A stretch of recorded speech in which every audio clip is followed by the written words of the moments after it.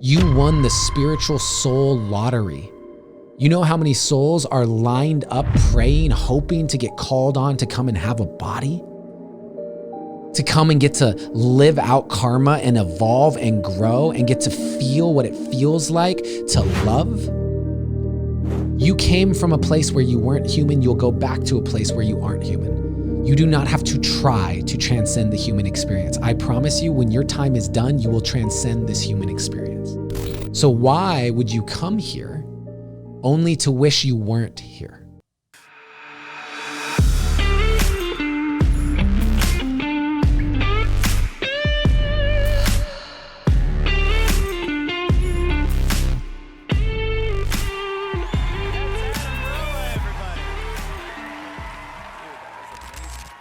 The most impactful thing you can do for the world is learn how to love life.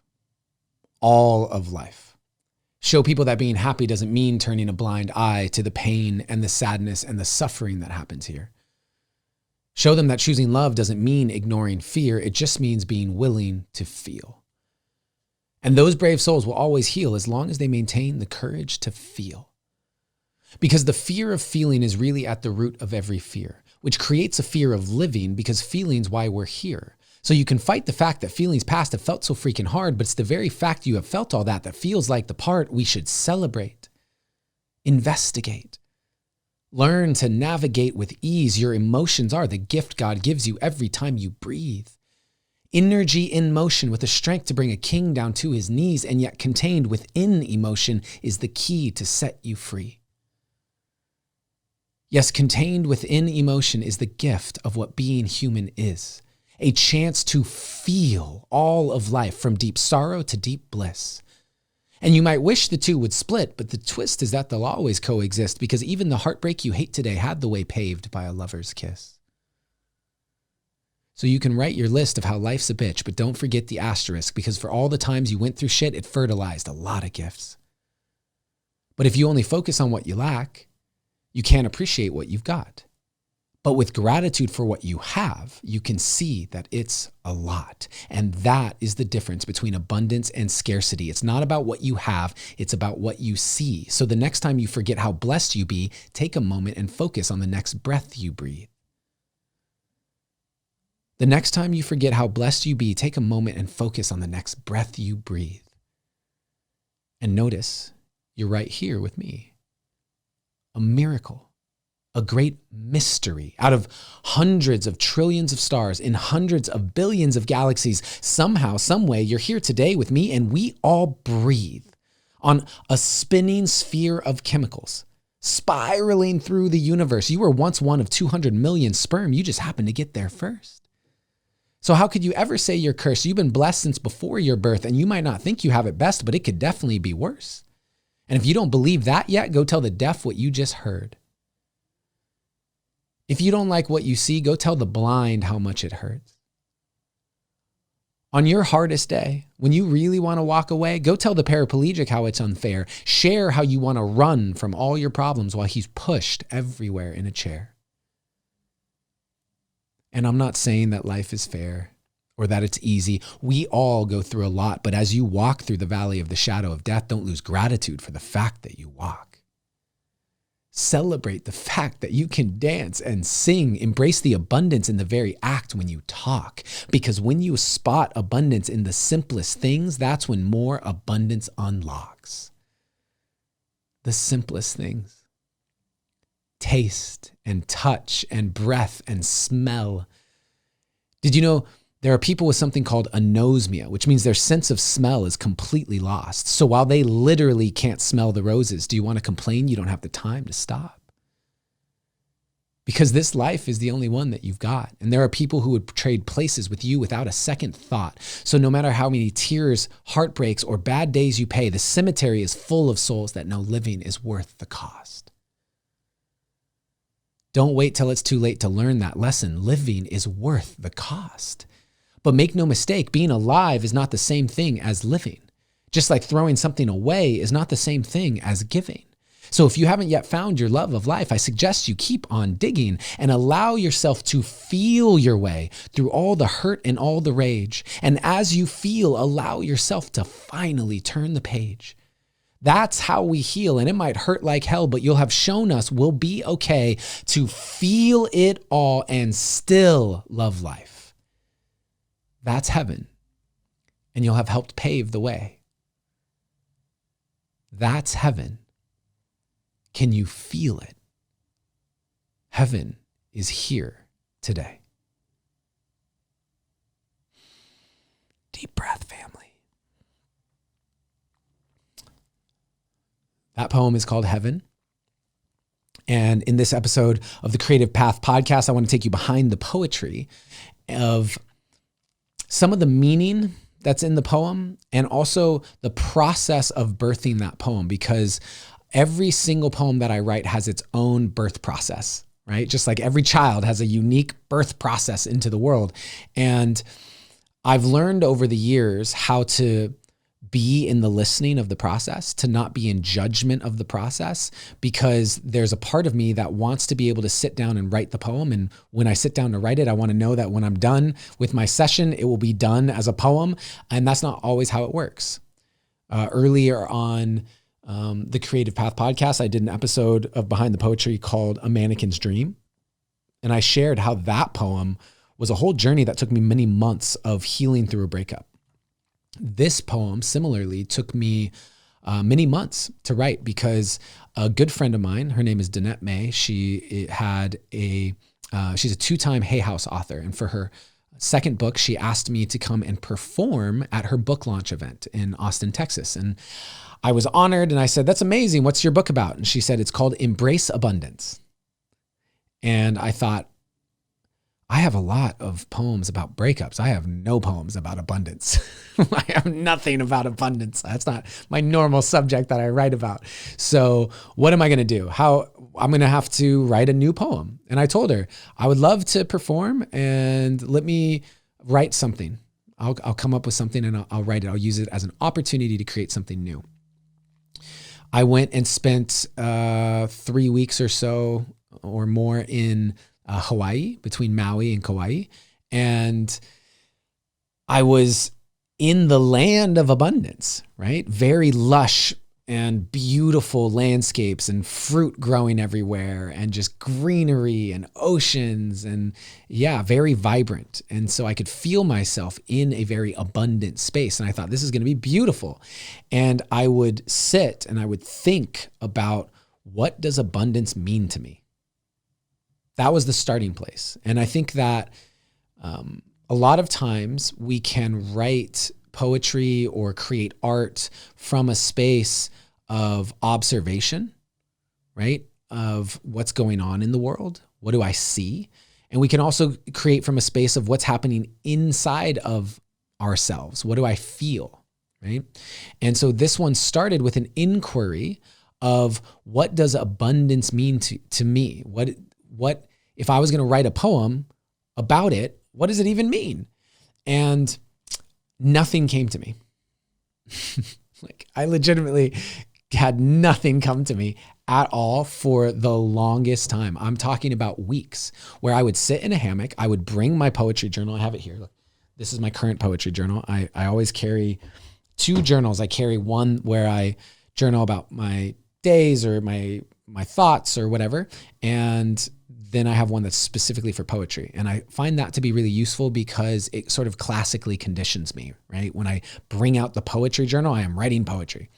And I would sit in this hammock. I remember I had this hammock and I'd be looking out over the green, lush lands of Hawaii and blank. Absolute blank. And I had no ideas. I didn't know where to start it. I didn't know what to say. And it was very difficult. And like I said before, I've gotten used to this process. I've gotten used to writer's block. The way that I view writer's block is, if I don't know what to say, if I don't know what to write, it's not in me yet. I haven't asked the right questions, or I haven't yet had the right experiences to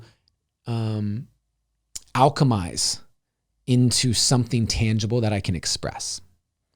And so I kept thinking to myself, okay, I just need more experience. I just need to keep living life. I keep taking in the mana of Hawaii. And so I did that and nothing, absolute nothing.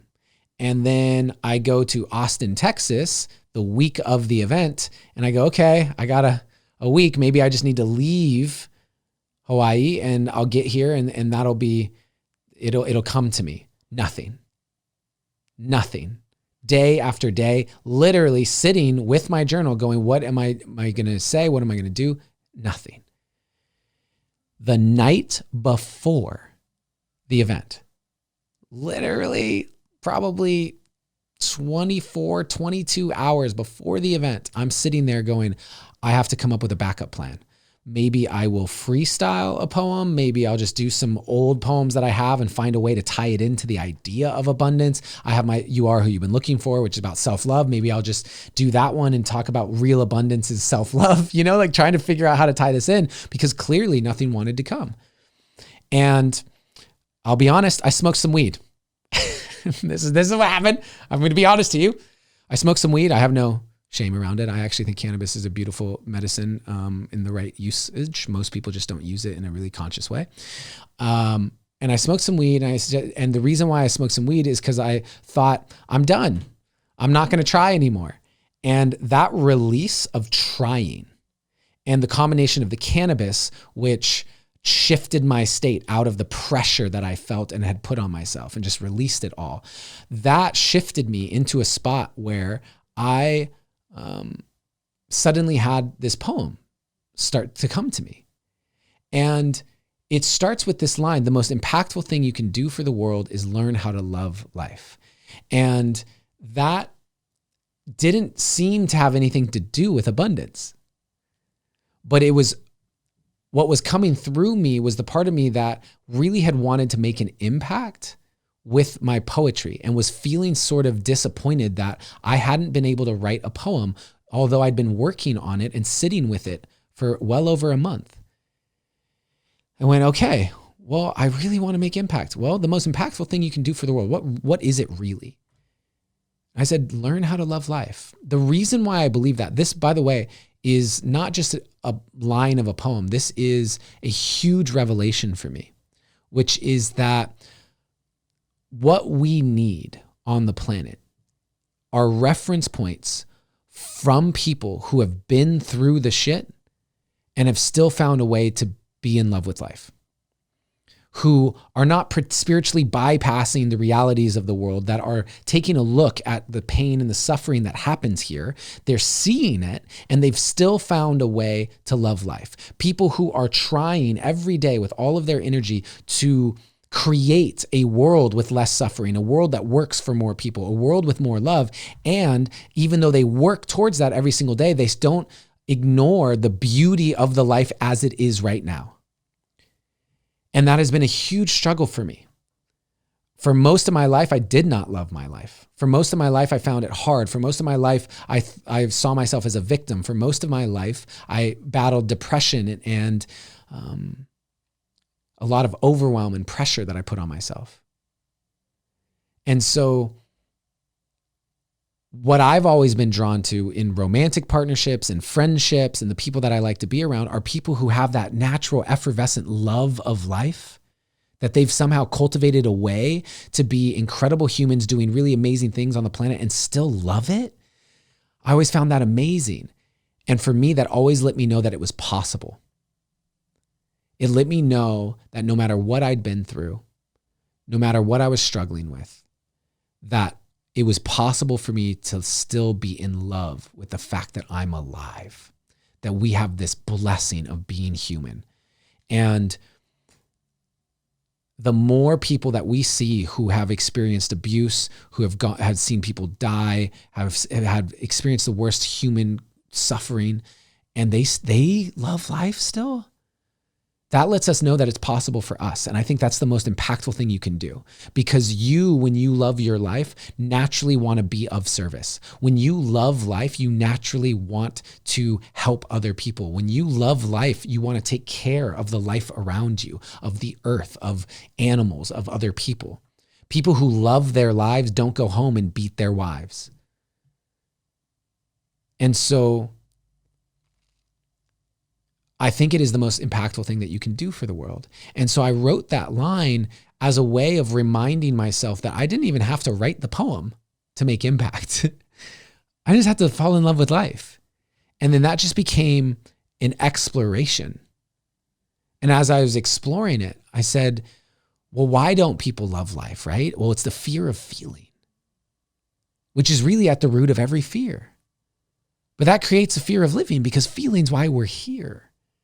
And I really believe that. My spiritual belief is that we chose to come here. There is a soul. We are souls with bodies, not bodies with souls. And so to be a soul with a body, I, as a soul, chose to come here. Why did I choose to come here? I came here to be human. That might seem obvious, but it's not so obvious when so much of the spiritual community and new age spirituality seems to be leaning towards transcending the human experience, as if we're not supposed to feel shitty on some days, as if we should be transcending our shadows and our jealousy and our this, and like our wounding is something that we're trying to work through and let go of, when in reality, in my mind, all of it is why we're here. You came from a place where you weren't human. You'll go back to a place where you aren't human. You do not have to try to transcend the human experience. I promise you, when your time is done, you will transcend this human experience. So why would you come here only to wish you weren't here? You won the spiritual soul lottery. You know how many souls are lined up praying, hoping to get called on to come and have a body? To come and get to live out karma and evolve and grow and get to feel what it feels like to love? And by the way, all the pain that you experience in life, every single thing that you experience in any way, shape, or form is because of love. It's because you are experiencing the loss of love, an experience of feeling the lack of love, experiencing a heightened state of love, being poured into in a way that is a new face of love.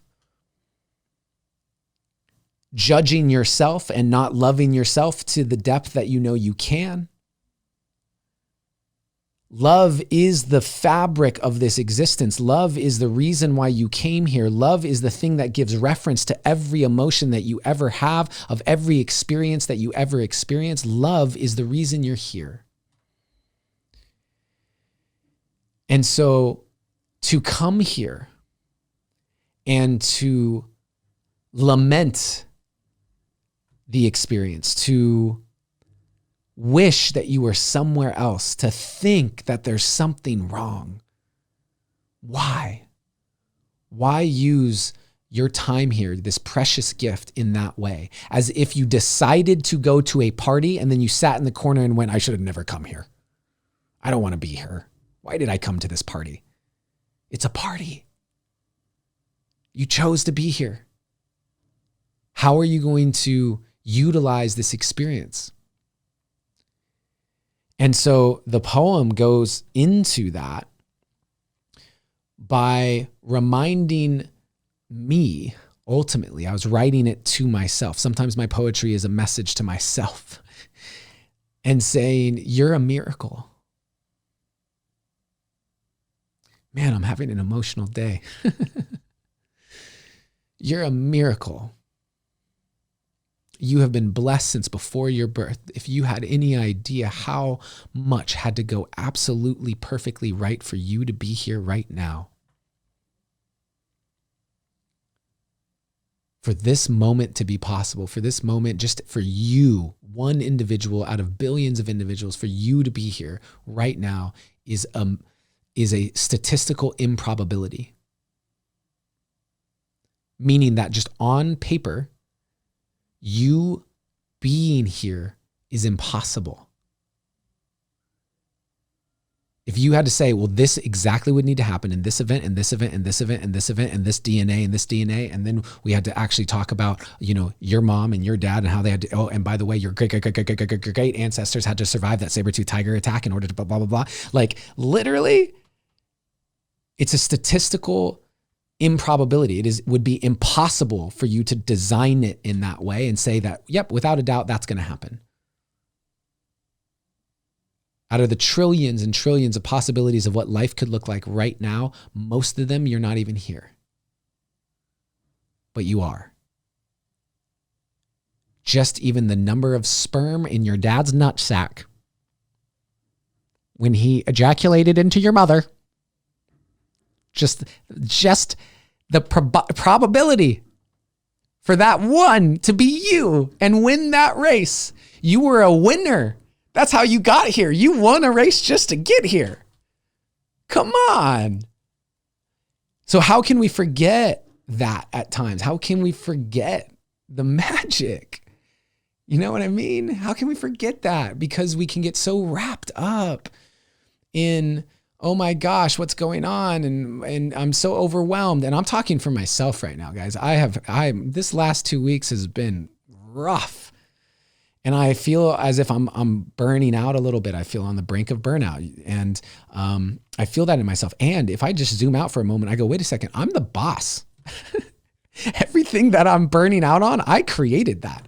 Every single thing that I'm working on right now is something that I've chosen to do. This podcast, I've chosen to do. My team, I've chosen to hire. My program, The Artistic Entrepreneur, I created that. I launched that. What I am doing, every area of my life, I have no one that tells me what I need to do or have to do. I have created that, and I still get into periods of time where I feel overwhelmed, stressed out, burnt out, and can drop into my victim. And what I found, even in this poem, right, is, okay, let me remember that I'm so blessed. And to remember that blessing when you're going through it can be really hard. And the entry point to that is the senses. Simple stuff. What do you see? Take a deep breath. How do you actually feel in your body? What do you smell? Who are the people in your life that love you? What does that food taste like? What does that water? How does that quench your thirst? How does that keep you alive? Who do you love? What about your dog or your cat or your parakeet? What are the blessings, the foundational blessings that you have right now with every breath? The next time you forget how blessed you be, take a moment and focus on the next breath you breathe. There are people who took a breath, went to sleep, and never woke up today. There are people right now taking their last breath. And so every breath is borrowed. Every inhale is a blessing. So let every exhale be a prayer. And until you give your breath back to the cosmos, see that blessing of the breath that powers you and your heartbeat and the feelings that you get to experience being human. The love that you get to feel. And so I went through and I wrote this poem till 11 p.m. at night, and I'm going, and I don't know how to end it, and I'm exhausted, and the next day I'm going to need to perform this thing, and it's not done, and I'm freaking out. But I get to a point in that poem where I believe it was around the part where I say, embrace the abundance in the very act when you talk, because when you can spot abundance in the simplest things, that's when more abundance unlocks. The simplest things. I get to this place. And I was happy because Embrace Abundance is the name of her book. So I got Embrace the Abundance in there, a little ode to the book that inspired this poem, but I didn't know how to end it. And the next morning I woke up, went into my practices, went into my prayer, went into my meditation, read it again. And that's when I came to this ending part of But make no mistake, being alive is not the same thing as living. Throwing something away is not the same thing as giving. You can throw away your life. If you choose to, you can throw it away. Or you can give it away. You can give yourself up to God. You can give yourself up to Spirit. You can give yourself into the flow of life, to be a hollow bone, to be a vessel for life to move through you, for God to use you as an instrument. And the way that we do that, as I share at the end of this poem that came through the morning of my performance, is by being willing to feel it all and still love life. Because now you have shown us that in order to be in love with life, you don't have to shut down. You don't have to close off your heart. It's possible. It's possible to stay brave in that way. It's possible to stay open in that way. And when you do that, you show us the way. You pave the way. You give us courage to know that that sexual abuse won't shape and form the rest of our life. That toxic relationship, that death of a loved one, that mental illness or physical illness will not be the thing that causes us to fall out of love with life. That doesn't have to be that way. You will have shown us that we are not victims ever, no matter the circumstances. We can be victimized in a moment, but we do not have to become victims. We do not have to carry victimhood in our bodies. And so I finished that poem with about 2 hours to go before I needed to leave and go and perform it on stage. And I, just so you know, from a very now practical standpoint, I've spent a lot of time as an actor memorizing lines and scripts. And so I have that as a skill that I practiced for a long time. People say, how do you memorize? How do you practice? That's straight up. That's how it is. You practice. And so I've gotten good at that. But what I did was on the drive, I probably had a 40-minute drive to get to the venue. I called up 2 different people and I said, hey, I just wrote this poem and I'm trying to memorize it. Will you listen to it while I memorize it? Because I didn't want to just do it by myself. I needed to do it out loud as if someone was listening. So that's what I did. Called people up on the drive over so that I could do the poem while I was driving. That was the practice. And then I got there, delivered the poem, and to this day, it's one of my favorite pieces I've ever written. And so I see it as I was incubating the poem. I was incubating the idea in Hawaii for a month in a land of abundance, but I was still creating the space to think about it.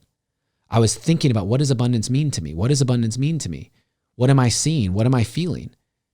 All of that work is part of writing the poem. So although this thing came through in about 24 hours, start to finish in 24 hours, it actually was at least 5 or 6 weeks. And that's why this is the Creative Path podcast, where I want you to see that what you're creating is a process. What you are creating is a path that you are walking that is so much bigger and so much broader than just the result. You right now can be in the process of birthing your next book, your next painting, your next choreographed dance, your next entrepreneurial endeavor. But you got to give it the space. You have to be willing to metaphorically sit in that hammock and look out at life and ask those deeper questions. That's what it means to be in the process. That's what it means to be walking a creative path. And that is the path to your fulfillment, because what you uncover will reveal more about life and more of yourself to yourself, and it will lend itself to creating impact on other people in the world. And so I'm committed to that for myself. And I'm committed to sharing that as openly and widely as I possibly can, in hopes that it encourages you to embrace the journey that you're on your own creative path. Thank you for listening to this. Thank you for going on the journey with me into heaven behind the poetry. And thank you to each and every one of you who continues to spread the word about this podcast. Thank you for leaving reviews and sharing it on social media. That means so much to me. If you've gotten value, I ask that you please pay it forward in that way. It really does help. It does make a difference. And you never know who you might help by sharing this out. I appreciate you so much. I want to remind you that always, in all ways, you are seen, you are heard, and you are loved. Thank you so much for watching this video. I really appreciate you taking the time. If you are interested in building a life that you love through the 3 pillars of relationship, business, and creativity, then I encourage you to continue checking out more of my content, including this video, which I really think that you will like.